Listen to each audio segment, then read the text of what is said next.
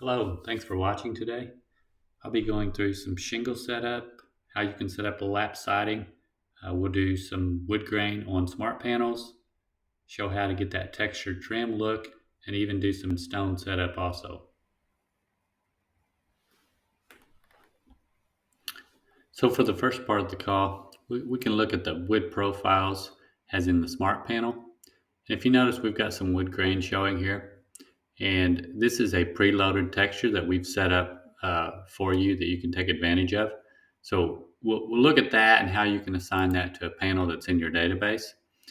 So if you go into your settings menu and go to your texture library and scroll down, you see a lot of preloaded textures that we've put in here for you.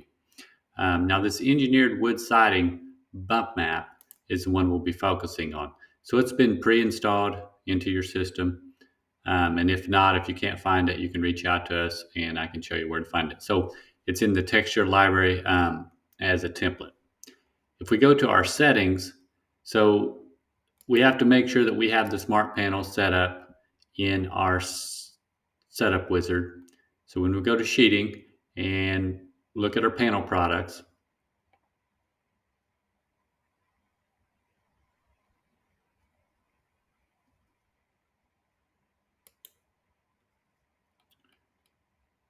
and if we scroll through the panel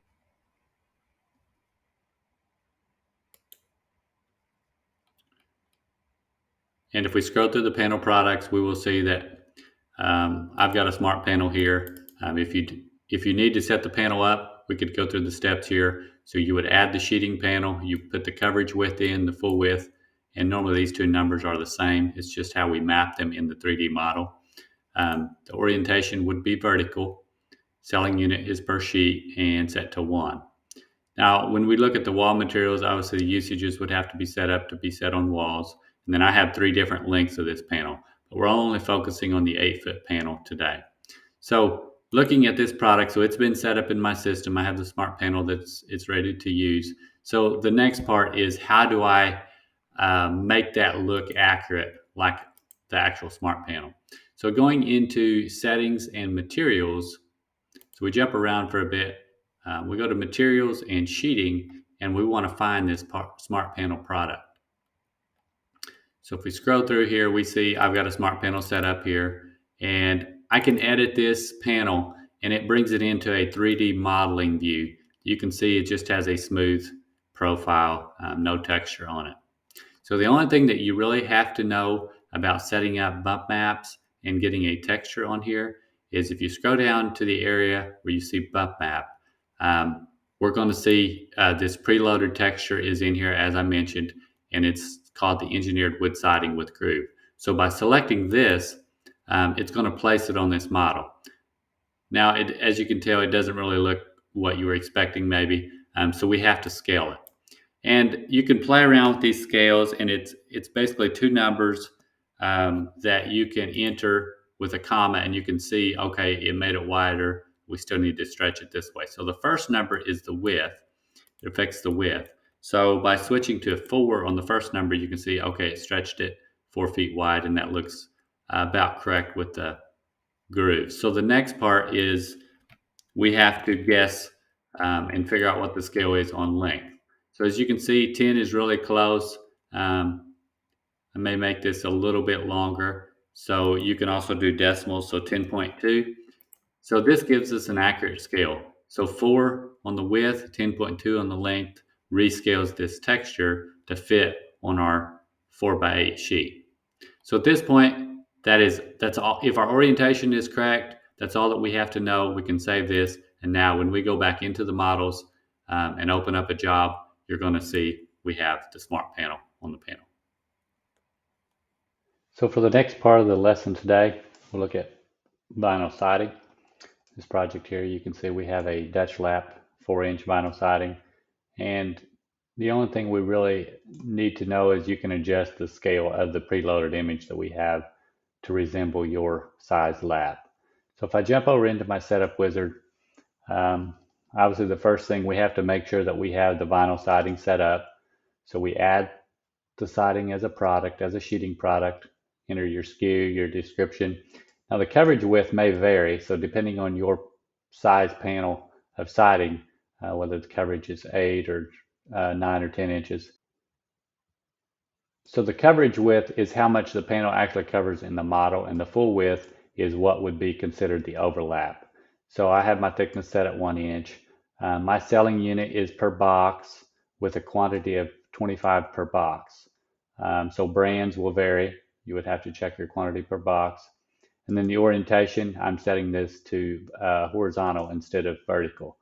So in my color map and bump maps, they're both empty. And this part we'll be setting up in the next step. So right now they're empty, and we'll get to that part. So obviously you would have to set up your usages. You'd have your wall materials, and then the length of the siding. My siding panels are 12 feet long, and I have $15 per sheet. So at this point, I can save my siding panel, and we will jump over into the siding panel texture and how we set that all up. So when you go into settings and materials, go to the sheeting tab, you find your siding product that you have that you want to use.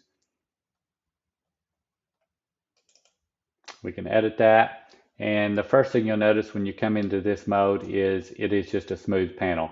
So this panel is scaled to be 12 feet long, and this is the 9-inch total size that I have in my dimension 2. So looking at it, the orientation is horizontal. I'm not going to set up a color map at this point. The only thing we're focusing on again is the bump map. So I have preloaded a siding texture that you can use. So the lat siding too, it's in our canned textures. So everybody has access to that. So the first thing you'll see is it looks to be turned the wrong way. So we'll rotate it. You can go to the bump map rotation and hit the left or right arrows, and it just rotates the image. So we've rotated the image. Now the next thing we need to do is scale it. So the image that we brought in, as you can see, it has reoccurring lines all the way across the panel. So for the size of the bump map, we have 2 numbers that we have to enter, and normally this is a trial and error. I'll just start out with 10, and I'll just scale and leave the height as 1 for now. So the first number stretches the image in length, and the second number stretches it in height.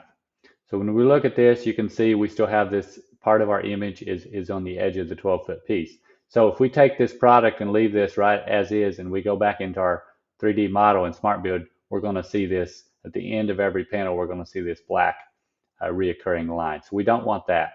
So we need to stretch this some more. We'll stretch it to 30. And as you can see, it smoothed out these grains some more, but we're still getting this. So sometimes when you stretch the image, you still have to offset it. So that's what this offset is. It basically scoots the texture over onto your panel just a bit. And again, it's a 2-number system, and it can be a trial and error where you try this out and you just keep playing with it till it works. So for the first number, I will try a 0.8, 1. And again, we're not stretching it up and down at this point. We're only stretching it left to right. So the 0.8, as you can see, that got rid of our black line. Now the 1, you could adjust that to, if I change that to a 2, or change it to 0.5, you can see it changes the image up and down a bit according to your dimension size. So again, this number may vary to your size of your siding, depending on the panel height. So these 2 numbers, again, if you're using an 8-inch coverage panel, these numbers work well. So I'm doing a 30 to 1 on the bump map ratio, and I'm doing a 0.8 to 1 on the offset, and that clears up the panel. And obviously I had to rotate it a 90 degree to get this. So if I save this panel, we go back into a job, we can try this out and make sure it looks okay. So I start from scratch, and I set my wall material to the vinyl siding. I have a 4-inch lap. And as you can see, if we zoom in, we are getting a nice, clean, seamless panel going across the model. Next, we'll be focusing on texture colors. So if we look at this building here in front of us and we zoom in and look at the metal, we can see this is a standard paint on this ag panel profile. And there are a few different ways that you can set up textures. In the past, we've seen some people have a different sheeting product assigned to textures. So they have their standard colors ag panel, and then they have their textured ag panel. So that's one way of doing it. With our newest capabilities with textures, we would recommend switching to actually just put all those textured colors in with your standard. So when you choose your ag panel, the salesperson does not have to worry about changing to a textured panel. You can just pick your textured color from the list. And we'll walk through really quick how to set that part up. So if we go over into the setup wizard, the first thing we would look at is, the color itself. So you have to add the textured colors into your system if they're not in there already. And so I've added some Central States textured colors, and we'll look at Roma today, the color that we're focusing on. So when I look at this color, I've added it to the system, and I have a hex code, and this is kind of what is showing in the job right now. I have my color code, and there's no color map, and then it's smooth. So the ag panel itself is where the rib visual is coming from. So the color has no bump map on it. It's the panel that's bringing in the rib look. So if we look back at this, so the bump map stays smooth, but the color map, this is where we can actually upload a texture image that looks like this Roma red. So by looking in here, and I've got these colors preloaded. So when you pick the Central States Roma, it's actually applying that texture across this hex code. So you're going to see this new texture image across the entire job. And the other important part of this is make sure that within your standard ag panel system, or if this is standing seam you're dealing with, make sure that you assign and add that color into your main product system that you're using that color in. So by adding that to that system, now it's really easy to go over into sheeting. And if I find my ag panel, and again, we're just focusing on the ag panel, you may have other panels that you're dealing with, but when we look at the ag panel, and it's part of this same system, now by looking at these colors, and again, I don't have colors set up in this database, but by toggling the color button off and toggling it back on, it adds your newly added color to the bottom. So when you're doing this process, you have to, you may want to back up your prices, or if you have a pricing file to re-upload, because it will reset your prices all to the same price. And then you could just edit the premium colors, and they can be more expensive. So however you need to do that, but you can have different prices for different colors, and that's where we allow you to put the texture in there with it. So at this point, I will save this. We'll save this page, and we'll get back out and look at our project again as we've updated it with the new texture form.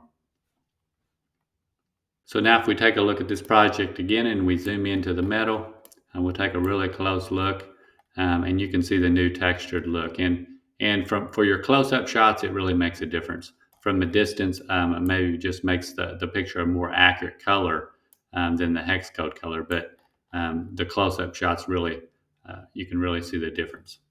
So I guess the most important thing to understand when applying textures to your metal colors is if you're applying texture and your goal is to show texture on your metal, we want to do a color map as in an image like I've done here, and uploaded a texture color that looks, and I've got a few different ones here. Another example is this linen color.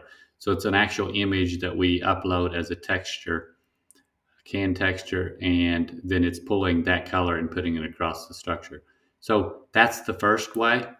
And then we leave the bump map smooth. And the reason, again, that the bump map is smooth is because the panel itself has the bump map, which contains the ag panel or the rib look that you're looking for. So the color map brings in the color with this type of texture on it. And then the bump map is smooth on the color itself, and the panel brings in the ag panel. So if we look at the second way to set up textures, and this may be a little bit confusing, and that's why I really want to go through this in detail. So another way that you could set up textures would be by applying, if you take this can texture that we've got in here, and it's called stone, but it looks just like a textured image. And this can overwrite any color. So if we look at this job that I've got open here, and we look at this trim, this smart trim that I've got around this door. So as you can see, it has a really rough texture.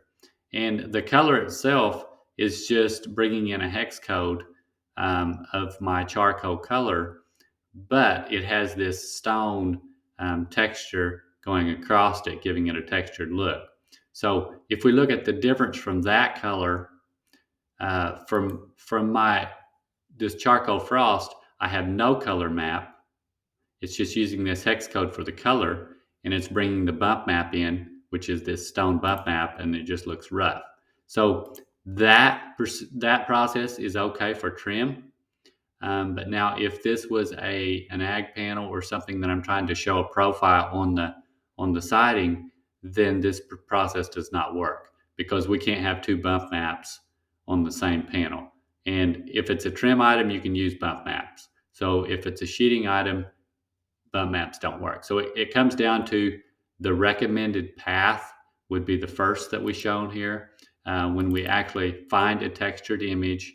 And in this video, I've shown the different textures that I've uploaded, and there's several here at the Central States colors, and we'll be adding more colors, other brands of textured metal. But if you have your own, again, you can follow our process, and I go through it a few different times in this video, where you can go into your texture library, you can add your own, and give it a name. So by clicking add, and you go through this process, and you call it a color map. So several different ways that you can get there. It just depends on what you're trying to accomplish. And if it's a panel product, you have to apply the texture to the color. So for the next part of the training session, we'll take a look at board and batten siding. So as you can see, I have a board and batten panel in this model. If you notice the difference, my soffit is still an ag panel profile with smaller ribs, so you can see the difference in the model, how the board and batten looks wider. So we'll take a step over into the setup wizard and talk about setting up the board and batten panel, and then we'll go through the process of assigning the bump map to the product. So if you have board and batten already set up as a panel, if not, we can go through the steps really quick. So enter your SKU and obviously the name for the panel, the coverage width, and the full width of the panel, and thickness in the model. So the orientation's vertical.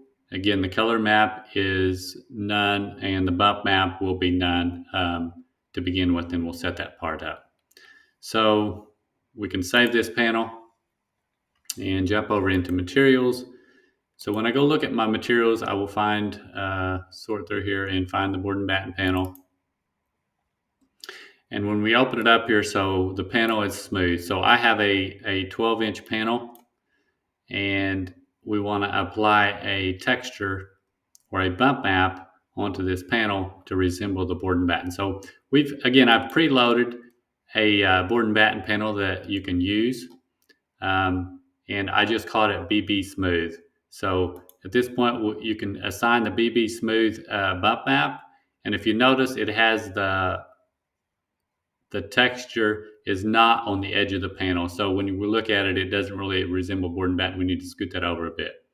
So that's one way we can do it, or we can just rescale the image. So the texture image is not quite big enough for a 12-inch panel.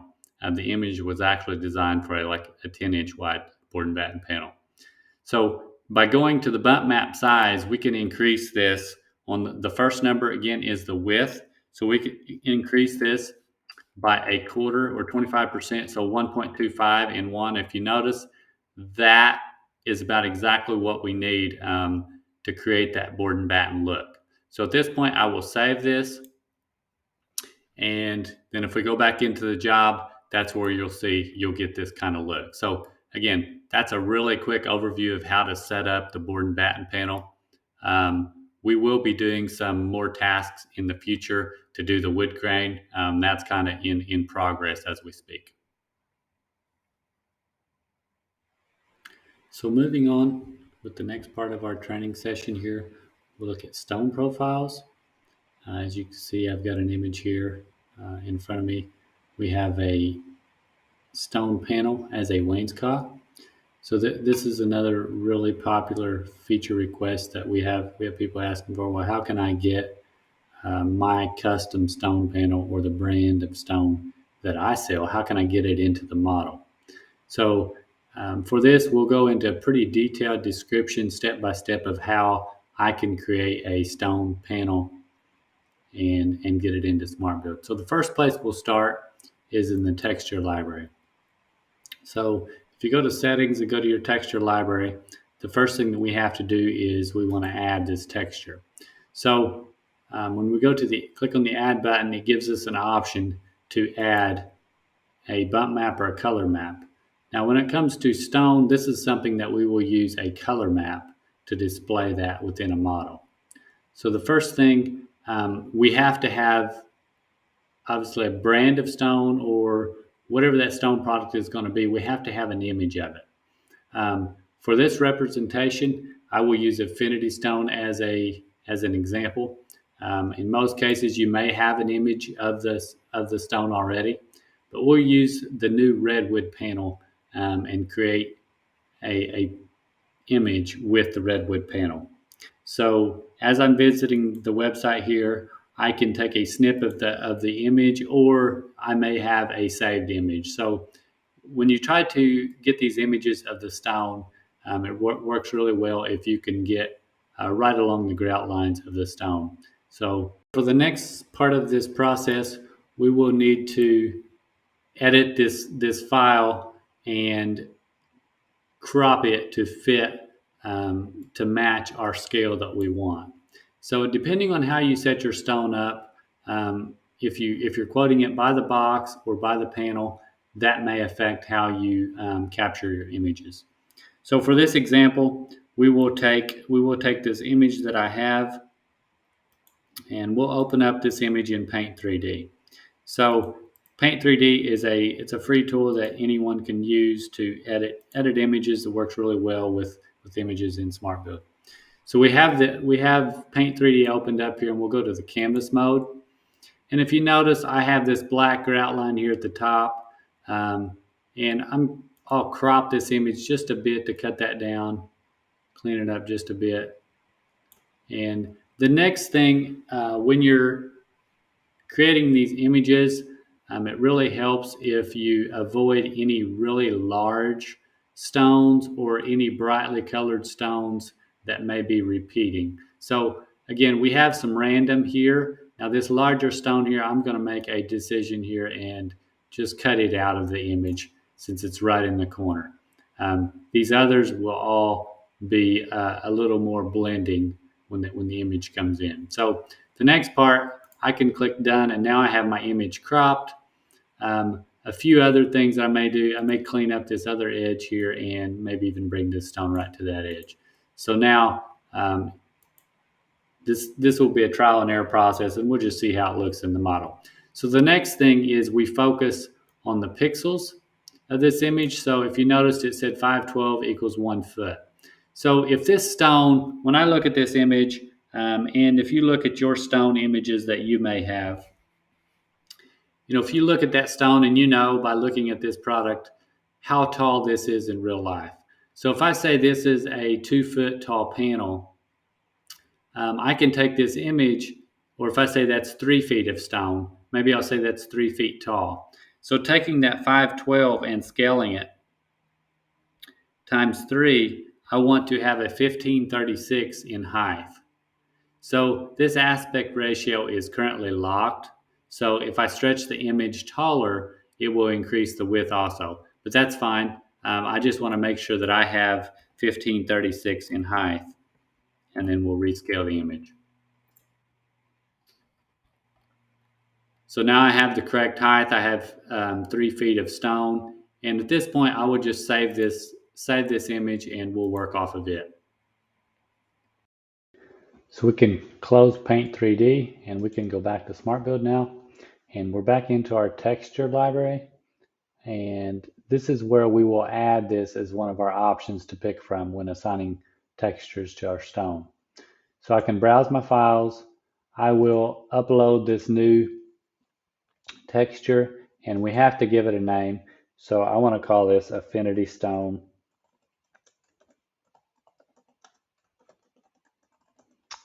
Redwood.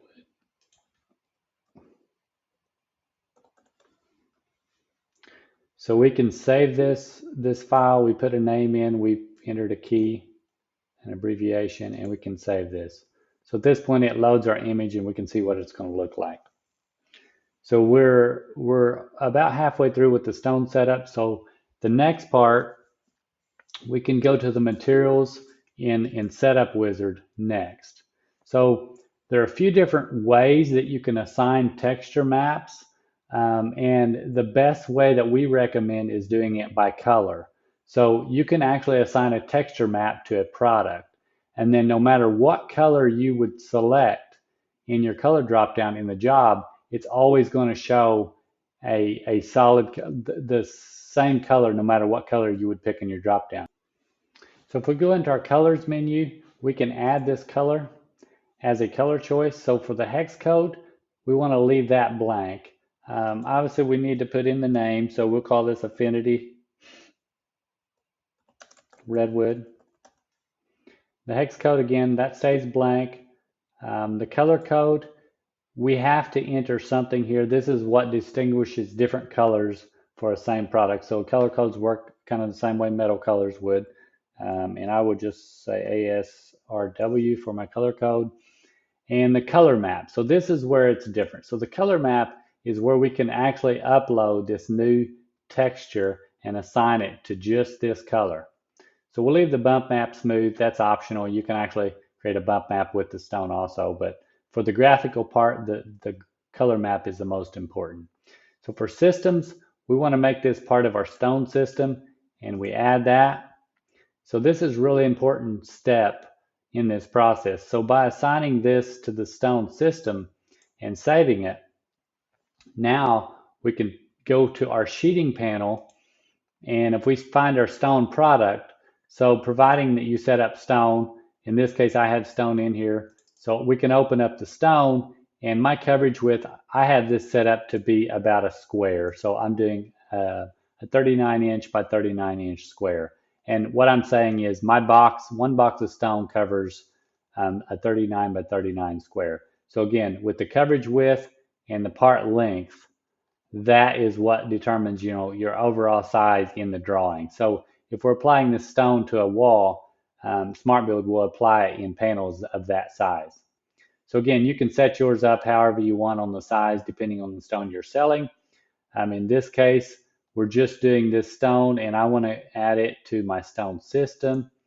And now this is by tying these colors and this stone product itself into that system, it simplifies our color process. So by toggling on the color button here, it automatically populates all the colors that I put into that system. And in this case, it's only one.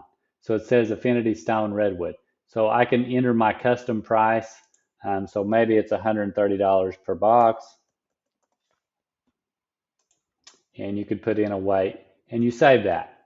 So for the next part, we'll jump into a job and we'll load this up and we'll see what it actually looks like. So we've opened up a model here and we'll go ahead and turn on the wainscot, and I've got it set to stone. So we'll take a look at this and see what the stone looks like now. So let's zoom in a bit closer and we'll see what tweaks we still need to make to the stone. So if we zoom in really close, we're going to see, okay, so it appears that the image is going vertical. So we need to rotate that image. And then we also want to scale it a little bit bigger. It looks like it may be a little bit too small on the stone. So we'll back out and we can update our stone. And we'll go through those processes, how you scale this image to get it the correct size. So if we go back into our materials tab and we find that stone product, we can open it up into edit mode and we can do some previews to see what that color is going to look like on our stone. So again, this is where I mentioned earlier that we do not want to assign a color map to the product itself, and that's in this mode here. We want that color map being tied to each color, individual color. So as a preview process, we can come into this mode and find that color map and apply it, and you can see what you're going to get in the model. So this is really helpful where we can see, okay, the first thing we need to do is rotate it. So I will rotate this, and you can see, okay, it's starting to look a little better. If we zoom in, it looks a little bit like stone. So we need to scale it, and I want to scale it both ways. I think it needs to be taller because this is just set up for 39 inches tall, and when we look at this, it looks like that's our stone would actually look larger than that. So whenever I scale this, we'll just start out with a 2:4 scale ratio, and if we zoom out, we can see it looks a little better. I want to scale that down just a little less, and we'll do 1.5.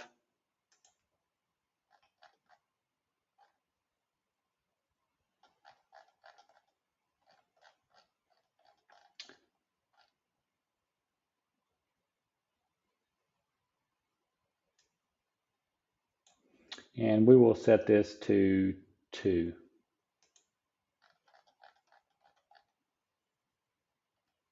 So as you can see, it rescaled the image, and with Smartbuild currently we're doing a repeating pattern, and that's where I mentioned earlier in the video that you may want to remove very large or stones that look a lot different from the rest of them within the image.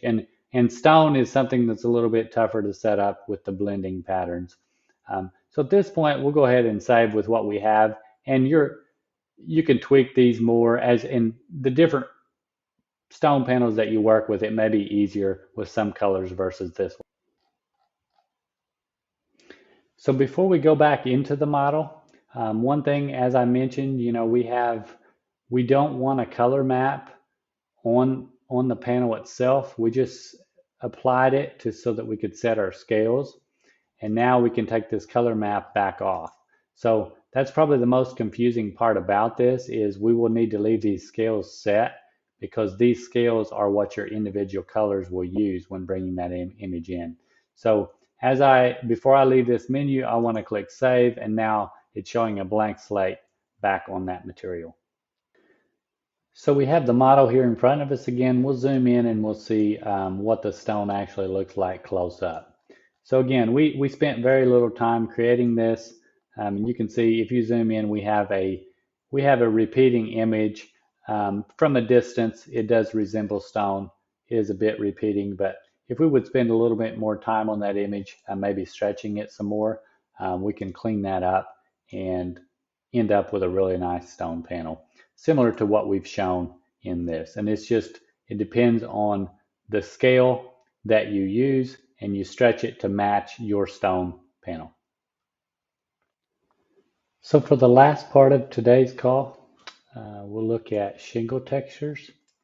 So if we look at shingles, in this project here, we've got a shed with shingle roof, and as you can see, it looks like it's a dimensional shingle. Fairly accurate description of it. So the question is, how do we get that set up in your models? So if we take a step back and we go back into the setup wizard, that's where we want to start first.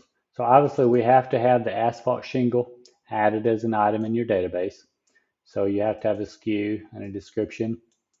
The coverage width, this can be done a few different ways. I recommend setting this as your shingle height. So if you're doing a certain brand shingle, it may be 5 1/4, 5 1/2, up to 6 inches. And the full width being the total size of that shingle in height. The thickness, this is optional, can be set to 1/2 inch. Now the packaging code is something that is optional. This can be cleared out.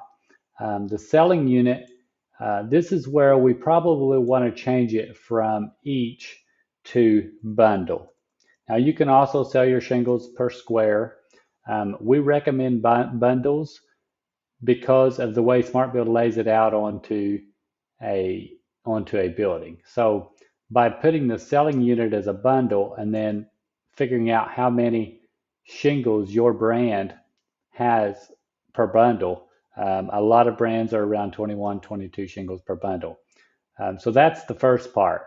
And the orientation is horizontal. Color map and bump map, those are blank again, because again, we're going back to as the stone panel, we want the color map coming in with the color itself.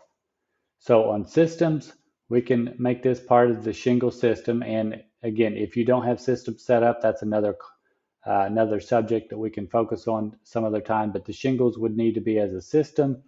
So we have our shingle system, and where it gets used in this job, it can be used on the roof only. And then by setting up those colors, I can toggle on my colors and it will populate all my shingle colors that I've got set up. So before we get to that, we also want to talk about your shingle length. So maybe the length of each shingle that you have is 39 inches. I don't know that for sure, but this is a decimal foot increment. So you may want to do 3.33 depending on your shingle length, and it will adjust that to a decimal foot. So you have to figure out your shingle length in decimal feet.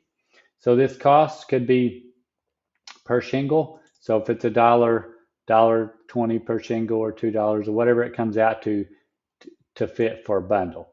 So again, this can be set up a few different ways. This is just an example that I'm showing. If I save this, so for the next part, we will look at the shingle product in materials, and we will scale the images. We have some default images preloaded for you, and if you want to follow the same process and bring your own shingle images in, that's fine. But you can reach out to us, and we will upload your brand if you have a certain brand that you want. We can do that if you choose not to use Paint 3D and follow that process. So for the shingles, we look at the color maps to begin with, and again, we want to scale this to fit. Our shingle images that we preloaded for you are pretty much set to scale. So if I bring in this Fox Hollow Gray, you can see if I zoom in, it actually looks like a shingle would in real life. So these images are already pre-scaled. So a lot of times you don't have to do anything if you're using our images, and your shingles are set to be around 3 feet in length with a 6-inch height in coverage. So it's that easy. If you bring in the shingle size, set that all up, and then you just choose one of our preset shingle brands that we've got. And I've got Owens Corning, GAF, and we'll be adding some more if you just reach out to us and let us know what brand that you want to set up. So this is our preview mode. Again, we don't want to apply a shingle in this mode, so we'll leave this to none. That was only to preview it. So we have our shingle here. It's all set up. In the next step, we will go back into the setup wizard, and we'll go into colors and look at these individual shingle colors. So the first step would be you have to add your shingle colors to your system. And this is something that I have done previously. So whenever we look at shingle colors, I labeled them per brand. So I have got a bunch of preset brands here. But if you wanted to add a new color, it just follows your same color process, so you add a new material. Now where it's different when we're adding a shingle color, and by editing one of these, we can open it up and look at it. So by adding a shingle color, we would have to come into each color that we want to offer that shingle in, and we put the name in, we leave the hex code as blank, we set the color code, and then on the color map, so this is what's really important, in the color map field, we can select one of my preloaded color maps that I've put in here, or you could go back to the process where you would add your own and you'd have yours to pick from these lists. So I have Certainty, Owens Corning, and all those. So you could pick your color map to assign to this color, and you save it. So it's that easy to set up the textures per color. And if we went through the scaling process that I showed in the screen before this, where we scaled these shingle textures and then remove the texture, now when you come into here, by setting your scale and just applying the texture map in this menu, then it will look like this in the job. So for the final part of today's video, we'll look at creating these actual colors and assigning them to that product. So when we go back into our asphalt shingles, we went through the steps of assigning texture maps to each individual color. In our color tab, when we go down to colors, this is where we can populate all of our shingle colors that we've preset up. So by now populating these, you can have different prices per color. You may offer different brands. So you have that flexibility by choosing to do that in this menu. So you can save your new colors, and now when you go back into the job and you toggle your roof color tab open, you're going to have all your color choices populate here. I want to thank everyone for watching this video, and we'll be doing some more training sessions in the future. I hope you enjoyed it and have a good day.